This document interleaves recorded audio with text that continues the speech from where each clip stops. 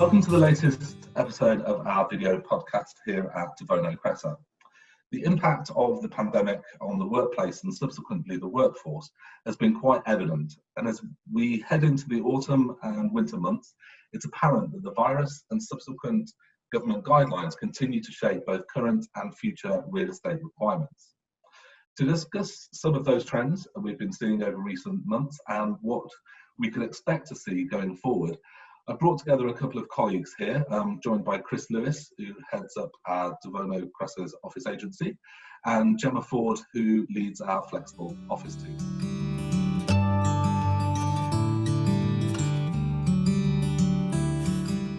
The sector has suffered just like many businesses have, and I think they've used the time wisely over the last 4 or 5 months, I'm sure it's even longer now, to really bunker down on their efforts, consolidate good working practices, and also make sure that their centres are as COVID compliant as they can be through various measures. So that's been one of the key things. And also there are several leasing models and there are several scenarios that Flex lends to. So you've got everything from license agreements to short form leases for longer, more managed floor spaces that are self-contained and fully branded, paring it right back down to kind of daily pop-in memberships for people who are looking at, again, from the work from home perspective, they want to bring members of the team into a working environment where they can have all of the kind of office necessities in one place and as and when they need it. So again, financially, it's very kind of flexible.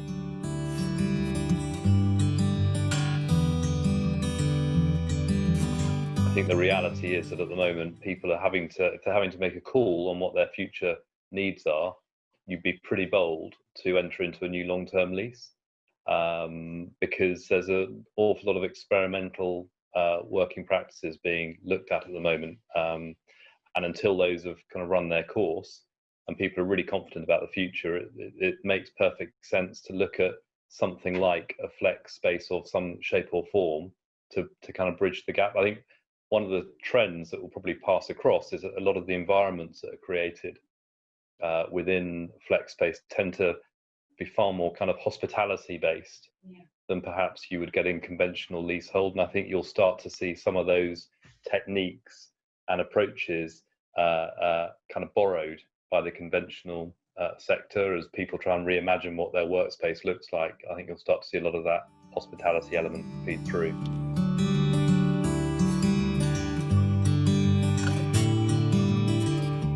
Yeah, I mean, I think you've basically just got a shelf with a lot of different products on it, all of which ultimately fulfill the same requirement, which is basically or provide the same solution, which is basically short-term space.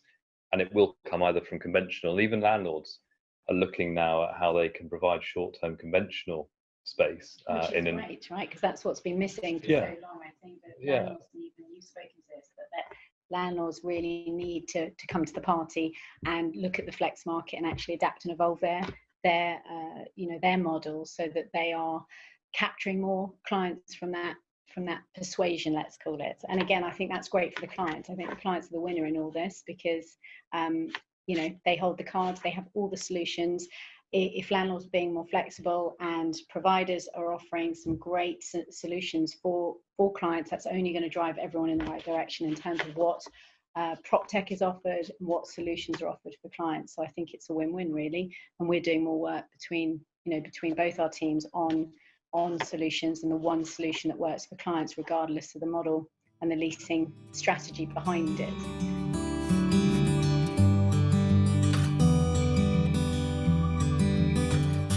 No one owns the word flexible, and yes, quite. The point is that it's just different people have a different interpretation. I think the one thing that the pandemic has caused is a realization that flexibility at the moment means sort of 12 months.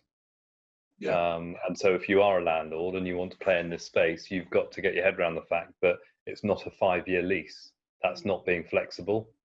It's sub 2 year leases that you need to be thinking about. That's genuine flexibility, and that's why it starts to mean that you get this sort of morphing of the two solutions.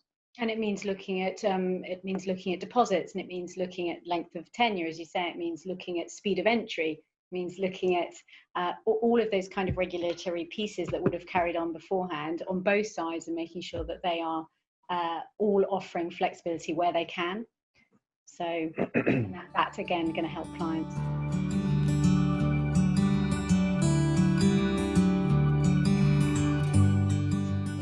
Yeah, of course there are. I mean, I think that the reality is, if you're a landlord at the moment and you want to do a deal, you've got to do a deal in the constraints of the market you're in, and the market at the moment is very uncertain. So people are going to want to have flexibility baked in.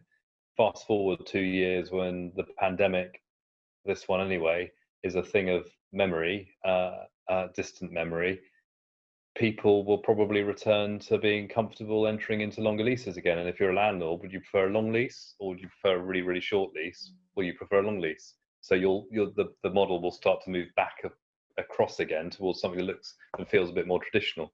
And on Gemma's side, probably you'll find that that's when the operators will feel a bit more comfortable about where they're at, and adjust their model back to somewhere closer to where it was. But the point is, with each of these things that happens, everyone just makes a change, and elements of those changes you'll never unchange.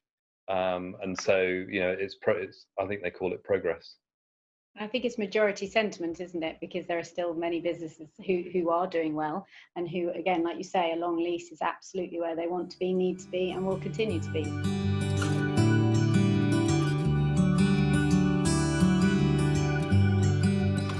I think on the conventional side, the major issue is that there has been a total disconnect between what customers, occupiers, have needed from their landlord and what their landlord's been prepared, or in most cases able, to offer.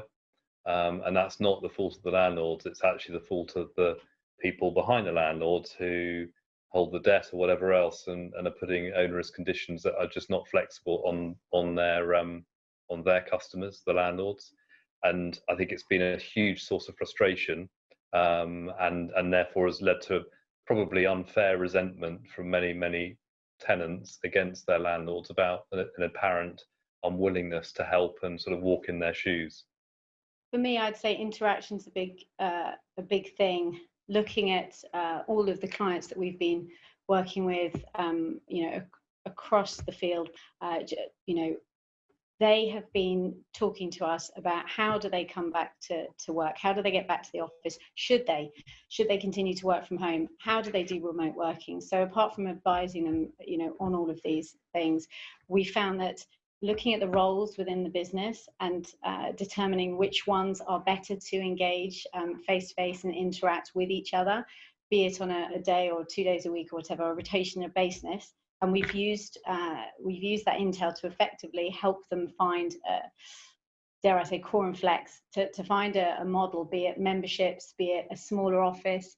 If again they've moved home and they're now without an office lease, then they've been able to get back to the office and actually make some great productivity gains, really. And they've all said how great that is. So I would say that the key driver here is to trial the various leasing options available to you, or at least talk to an advisor, someone specialist in the industry who can help you across the various solutions and leasing types out there, and then figure out what works for your business. And don't be afraid now of giving it a go, because again, you could be looking at something as short as a week, a month, even a day in some cases, albeit you'd still need to sign up for a month, or it's not really going to be much of a trial.